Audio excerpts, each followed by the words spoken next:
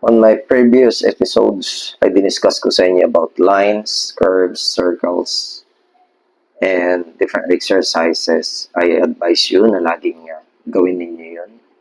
Gawin ninyong routine yung pag-exercise para mas masanay po yung inyong mga kamay na how to handle your pencils in a proper way. So, sa episode na to, didiscussing ko po sa inyo about basic shapes. When I say basic shapes,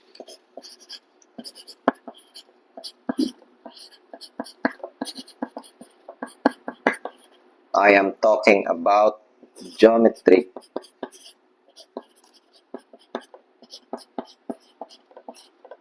And organic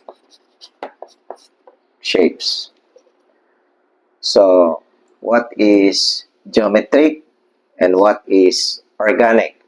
Saan sila ginagamit na dalawa at bakit kinakailangang aralin? So, pag sinabi natin geometric, pag ginugol natin yan, sasabihin niya sa atin na ang geometric ay may malinaw na sukat. So, ito yun. Square, pwedeng rectangle, pwedeng sphere or bilog, pwedeng triangle, at kung ano-ano pang shapes na may kalakip na sukat. Siya na sa drawing ko, pangit. Ayan. Those are examples of basic shapes. Alam naman na natin yan, Nung elementary tayo ay ito mga pinapadrawing sa atin. Ang tawag yan, geometric. May sukat siya. And usually, kapag ganyan is what we call two-dimensional.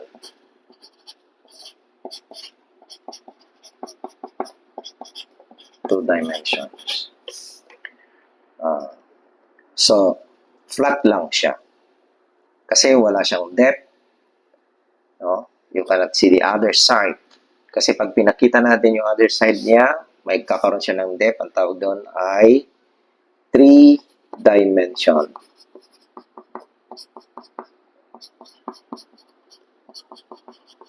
At para may pakita natin yung 3D niya o 3 dimensions niya, ay kinakailangan gamitan na natin ng principle ng perspective. But on this video, didiscuss ko lang sa inyo what are the basic shapes with what is geometric and organic shapes. Pag sinabi na ito yung geometric, do not be confused. Ayan. And what is organic shapes? Okay. Kung yung geometric ay symmetrical siya, ito naman asymmetrical. Kung yung geometric ay regular, ito naman irregular yung shape niya. Pati sizes niya. Example, pag sinabi nating organic, ito yung irregular yung shapes niya. Halimbawa, gagawa po tayo ng clouds. Yan po, example ng irregular or ng organic shapes. Diba? Ano pa? Gagawa tayo ng trees. Instead na mag-drawing tayo ng paisa-isang dahon, isa-isa natin, gagawa muna tayo ng organic shape ang tawag dyan. Na mukha siyang magre-represent ng tree. Okay? Halimbawa, isang dahon lang, ayan, pwedeng irregular ang shape niyan para makapag-create ka ng dahon. So, maraming applications ito. Usually, nakikita natin sa ating paligid. Pero bakit ko ba tinuturo sa inyo at bakit kinakailangan nating aralin ng geometric tsaka organic shapes? Kasi we look at things as shapes, no? Hindi natin sila dinodrawing ng isa-isa, tinitignan natin sila as shapes. Okay? So, yun yun. So, ano at papaanong application ng mga ito? Sa geometric shapes, usually, halimbawa, makakakita tayo ng mga building. Hindi natin dinodrawing agad yung mga bintana, pintuan, no? Buo muna, binubuo muna natin. Halimbawa, drawing tayo ng bulaklak, no? Halimbawa lamang, drawing tayo ng bulaklak. Minsan, yung iba, magdodrawing sila, sisimulan nila sa ayan, yung maliit na part, tapos sa kanila lalagyan dito.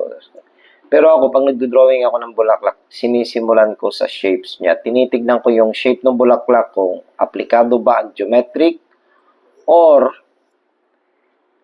organic. And at this point, gusto kong i-demo sa inyo yung geometric. Halimbawa, ganyan po ang bulaklak. Ito po ay tumutukoy sa panlabas niya na shape, hindi sa panloob. So, titignan ko next ay yung pangloob niya. Ayan. So, maaaring simulan ko ngayon dito,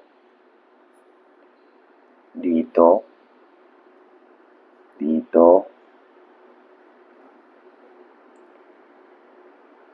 pwedeng dyan. Ayan, katang-isip na lang itong bulaklak na to.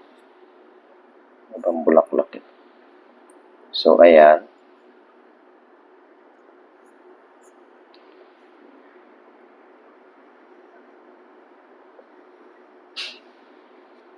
Ayan. So, kapag ganito tayo mag-drawing, no, sinisimulan muna natin sa pagkikreate ng mga shapes, ay mapapadali at mapapaganda natin yung ating drawing. Bakit? Kasi doon pa lang sa pagbuo natin ng shape, alam natin kung maliit masyado o malaki masyado yung size ng ating gustong ipakita.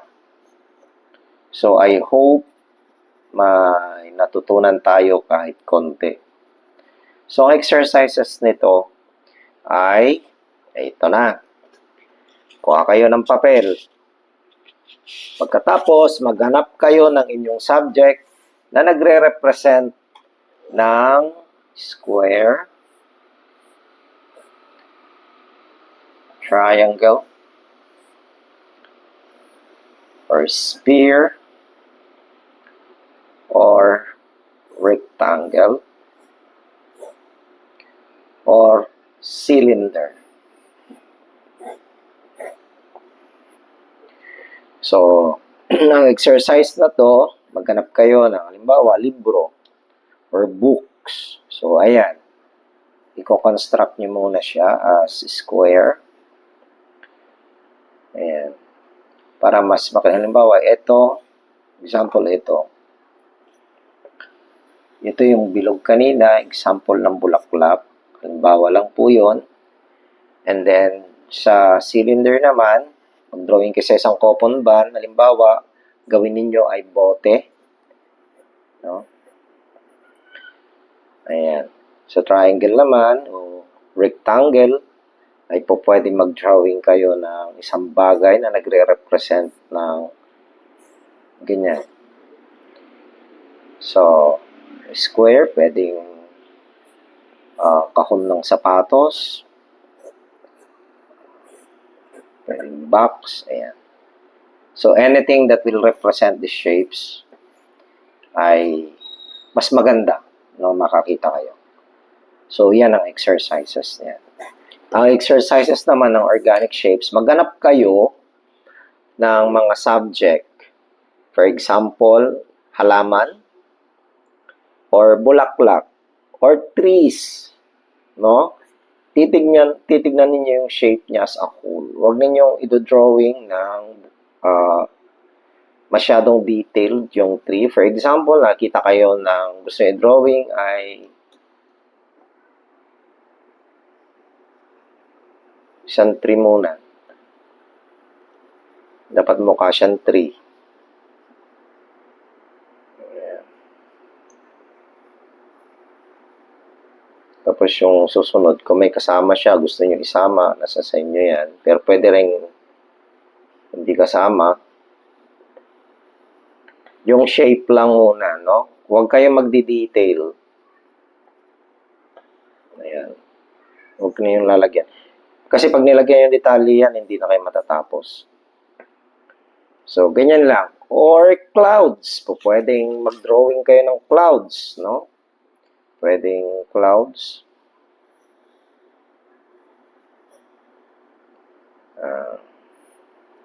Tapos, pwedeng mountains. Ayan.